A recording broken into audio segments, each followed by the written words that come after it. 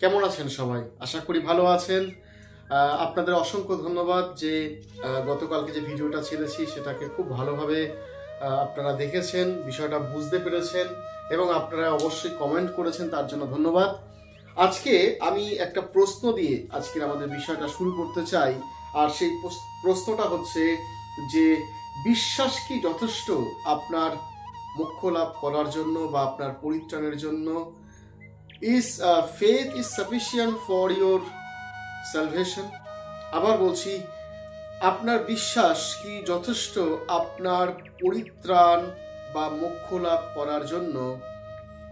Is faith is sufficient for your salvation?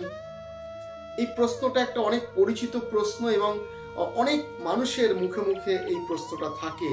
যখন আমরা আধ্যাত্মিক জীবন বিষয় নিয়ে আলোচনা করি, চিন্তা করি, তখন এই প্রশ্নটা একটা আমাদের কাছে একটা বড় বিষয় হয়ে দাঁড়ায়।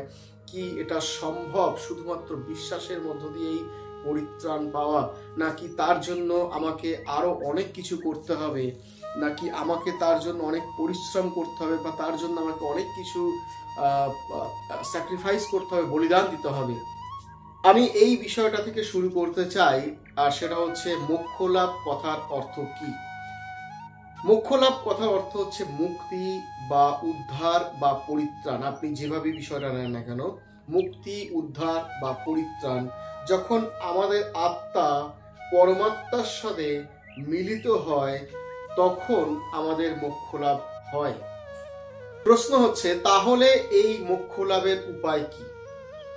প্রশ্ন হচ্ছে তাহলে এই মোক্ষ লাভের উপায় কি, বা আমি কিভাবে পরিত্রাণ পেতে পারি? তার আগে এই পরিত্রাণ পেতে গেলে বা মোক্ষ লাভ করতে গেলে আমাদেরকে আগে বুঝতে হবে আসলে আমার কেন পরিত্রাণের প্রয়োজন, বা আমার জীবনে কেন মোক্ষ লাভের প্রয়োজন। তারপরেই আমরা আলোচনা করতে পারি যে আমার জীবনে শুধুমাত্র বিশ্বাস কি যথেষ্ট এই পরিত্রাণ পাওয়ার জন্য বা মোক্ষ লাভ করার জন্য, নাকি আমার আরো কোনো কিছু করার বাকি রয়েছে। তো প্রথম প্রশ্ন নিয়ে আমরা আলোচনা করি যে কেন আমার জীবনে মোক্ষ লাভ বা পরিত্রাণের প্রয়োজন। দেখুন, মোক্ষ লাভ বা পরিত্রাণ আমাদের জীবনে এই জন্য দরকার, কারণ যখন সৃষ্টিকর্তা ঈশ্বর মানুষকে সৃষ্টি করেছিলেন, তিনি তার নিজের প্রতিমূর্তিতে বানিয়েছিলেন, নিজের সাদৃশ্যে বানিয়েছিলেন। এবং ঈশ্বরের বাক্য বলছে যে যখন তিনি তার নিজের সাদৃশ্যে মানুষকে বানান, আর তখন তিনি মানুষের নাকে ফু দিলেন, অর্থাৎ তিনি প্রাণবায়ু দিলেন। এবং ঈশ্বর বাক্য বলছে এই ফু মানে হচ্ছে পবিত্র আত্মা, অর্থাৎ তার সেই আত্মাকে তিনি মানুষের মতো দিলেন, আর তখন মানুষ সজীব হয়ে উঠল। এই কারণে মানুষ অর্থাৎ আমরা আসলে একটি আত্মা, আমাদের একটা প্রাণ আছে এবং আমরা একটা দেহে বাস করি। তাই এই জন্যই আমাদের প্রয়োজন আছে এই আত্মার পরমাত্মার সাথে মিলিত হওয়া। এই আত্মাই একমাত্র পরমাত্মার সাথে মিলিত হতে পারে বা পরমাত্মার সাথে যোগাযোগ স্থাপন করতে পারে। কিন্তু সমস্যা হচ্ছে যখন মানুষকে ঈশ্বর কিছু আদেশ দিলেন যেন সেই আদেশটা পালন করে, কিন্তু আমরা ঈশ্বরের সেই আদেশ পালন করতে পারিনি, ঈশ্বরের অবাধ্য হয়েছি। এবং এই ঈশ্বরের অবাধ্য হওয়ার কারণেই আমরা পাপের মধ্যে ডুবে গেছি। আর পাপের কারণে ঈশ্বর থেকে অনন্তকালীন একটা বিচ্ছিন্নতা আমাদের জীবনে এসছে। আমরা অনেকভাবে চেষ্টা করছি নিজেদের মতন করে ঈশ্বরের কাছে পাওয়ার, ঈশ্বরের কাছে পৌঁছানোর। হয়তো আমরা বিভিন্নভাবে চেষ্টা করছি যে ভালো কোনো কাজ আমি করব বা ভালো কোনো উপায়ে আমি ঈশ্বরের কাছে পৌঁছাবো, কিন্তু যেহেতু আমি পাপী, আমার সমস্ত কাজই সেই পাপের মধ্যে ডুবে রয়েছে, আর সেই কারণেই আমি ঈশ্বরের কাছে পৌঁছাতে পারছি না। আর এই কারণেই আমার জীবনের মোক্ষ লাভের প্রয়োজন আছে বা পরিত্রাণের প্রয়োজন আছে। দেখুন, ঈশ্বর হলেন পবিত্র, রাইট? তিনি সৃষ্টিকর্তা এবং তিনি পবিত্র।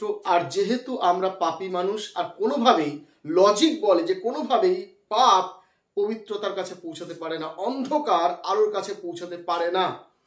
আর সেই কারণেই আমরা যেভাবে আমরা হয়তো অনেক সময় চেষ্টা করি না, আমরা আপনি বা আমরা নিজেদের মতন করে ঈশ্বরকে খুঁজে পাওয়ার চেষ্টা করি, নিজেদের মতন করে কিছু ভালো কাজ করি, কিছু সামাজিক সোশ্যাল কাজ করি, কোনো তীর্থস্থানে ভ্রমণ করতে যাই, বিভিন্ন জায়গায় বিভিন্ন তীর্থস্থানগুলো আছে, যদি সেখানে আমি যাই তাহলে হয়তো আমি ঈশ্বরের সে মোক্ষ লাভ করতে পারবো, বা লোককে অনেক বেশি দান দিই দিতে চাই, যার কারণে আমি মোক্ষ লাভ করতে পারি। আমি একটা উদাহরণের মাধ্যমে আপনাকে বোঝানোর চেষ্টা করছি। মনে করুন আমি অথবা আপনি আমরা একটা গর্তের মধ্যে পড়ে রয়েছে, একটা বিশাল বড় গর্ত, এবং যে গর্তের মধ্যে থেকে আমরা সহজেই বেরোতে পারছি না, কারণ সেখানে কোনো সাহায্য করার মতন কেউ নেই।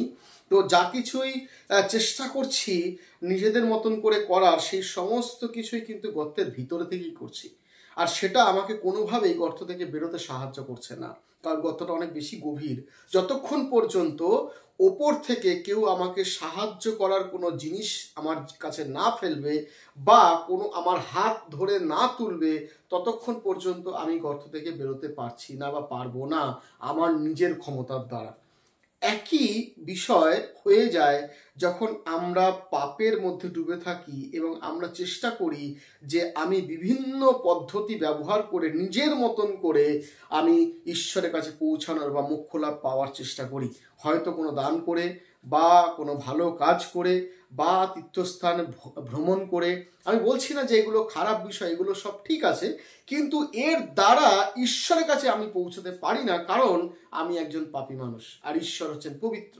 তাই ঈশ্বর যদি কোনো উপায় আমাকে দেন, সেই উপায়ের মাধ্যমেই আমি ঈশ্বরের কাছে পৌঁছাতে পারবো, আমার বানানো কোনো উপায়ের মাধ্যমে আমি ঈশ্বরের কাছে পৌঁছাতে পারবো না। আর সেই কারণেই আমাদের প্রয়োজন আছে বিশ্বাস করে ঈশ্বরের কাছে পৌঁছানোর, কারণ বিশ্বাস ছাড়া আর কোনো মাধ্যম নেই যার মাধ্যমে আপনি ঈশ্বরের কাছে পৌঁছাতে পারবেন। ঈশ্বরের বাক্য বলছে, আমি দুটো বাক্য ঈশ্বরের শাস্ত্র বাক্য থেকে পড়বো, আর সেটা হচ্ছে, প্রথমটা হচ্ছে ইফিসীয় তার 2 অধ্যায় 1 পদ লেখা রয়েছে, আর যখন তোমরা আপন আপন অপরাধে ও পাপে মৃত ছিলে, তখন তিনি তোমাদেরকে জীবিত করলেন। যখন তোমরা আপন আপন পাপে ও অপরাধে মৃত ছিলে, তখন তিনি তোমাদেরকে জীবিত করলেন। আমি আর একটা বাক্য পড়ছি, যেটার মধ্য দিয়ে আমরা খুব সহজেই বুঝতে পারবো যে কেন বিশ্বাসী যথেষ্ট ঈশ্বরের কাছে পৌঁছানোর জন্য। ইফিসীয় তার 2 অধ্যায় 8 পদে লেখা রয়েছে, কেননা অনুগ্রহেই বিশ্বাস দ্বারা তোমরা পরিত্রাণ পেয়েছো। অনুগ্রহ কার অনুগ্রহ? ঈশ্বরের অনুগ্রহ। বিশ্বাস দ্বারা তোমরা পরিত্রাণ পেয়েছো, ইহা তোমাদের হইতে হয় নাই, ঈশ্বরের দান, যেন তাহা কর্মের ফল নয়, যেন কেহ শ্লাঘা না করে। আমরা বিশ্বাসের মধ্য দিয়েই পরিত্রাণ পেয়েছি, এবং এই পরিত্রাণটা হচ্ছে ঈশ্বরের অনুগ্রহ। আর ঈশ্বর বাক্য বলছে যেন এটা কোনো কর্মের ফল নয়, কোনো কাজের দ্বারা এই পরিত্রাণ বা মোক্ষ লাভ আসেনি, এটা সম্পূর্ণ ঈশ্বরের অনুগ্রহ। তাই যেন আমরা কোনোভাবেই আত্মঅহংকার না করি, যেন কোনোভাবে শ্লাঘা না করি যে আমার এই কাজটা করে আমি এইভাবে কাজ করেছিলাম, এইভাবে আমি অনেক বেশি উপবাস করেছিলাম, আমি অনেক বেশি দান দিয়েছিলাম, আমি অনেক বেশি তীর্থস্থান ভ্রমণ করেছিলাম, আর সেই কারণেই আমি ঈশ্বরের কাছে পৌঁছাতে পেরেছি, উদ্ধার পেতে পেরেছি।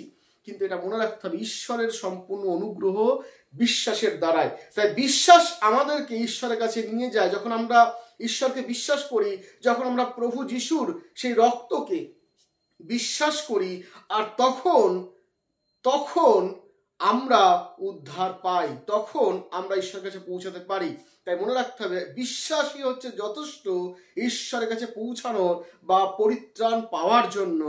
এবং আমাদেরকে তাই যখন আমরা বিশ্বাস করি, আমাদেরকে মনে রাখতে হবে আমাদের সেই সমস্ত পাপ থেকে প্রথমে ক্ষমা চাইতে হবে, আমাদেরকে অনুশোচনা করতে, অনুতাপ করতে হবে ঈশ্বরের কাছে, এবং প্রভু যিশুর সেই রক্তকে আমার জীবনে বিশ্বাস করতে হবে যে হ্যাঁ, প্রভু যিশুর রক্তই আমার উদ্ধার দিতে সক্ষম। এবং তখনই সেই রক্ত আমার সমস্ত পাপকে ধুয়ে দেয়, আর আমি সত্যময় ঈশ্বরের কাছে পৌঁছাতে পারি। তখন আমার আত্মা পরমাত্মার সাথে মিলিত হতে পারে। তাই বিশ্বাস যথেষ্ট আমার আপনার মোক্ষ লাভ করার জন্য, আমার আপনার মুক্তির জন্য, আমার আপনার পরিত্রাণের জন্য। আর অন্য কিছু প্রয়োজন নাই। এরপরে ঈশ্বর বাক্য বলছে, যখন আমরা উদ্ধার পাই, মোক্ষ লাভ করি, পরিত্রাণ পাই, তখনই আমাদের দায়িত্ব হচ্ছে অন্য মানুষকে সাহায্য করা, তখনই আমরা ভালো কাজ বা অন্য কোনোভাবে মানুষকে সাহায্য করি। কেন? কারণ আমি ঈশ্বরকে পেয়েছি, আর ঈশ্বরের যে গুণ সেইটা আমার মধ্যে রয়েছে, আর আমার এখন দায়িত্ব হচ্ছে মানুষকে ঈশ্বরের কাছে নিয়ে আসার, মানুষকে ঈশ্বরের প্রতি সাহায্য করার, যেন মানুষও ঈশ্বরের কাছে পৌঁছাতে পারে, কারণ সেই মানুষটাও ঈশ্বরের সৃষ্টি।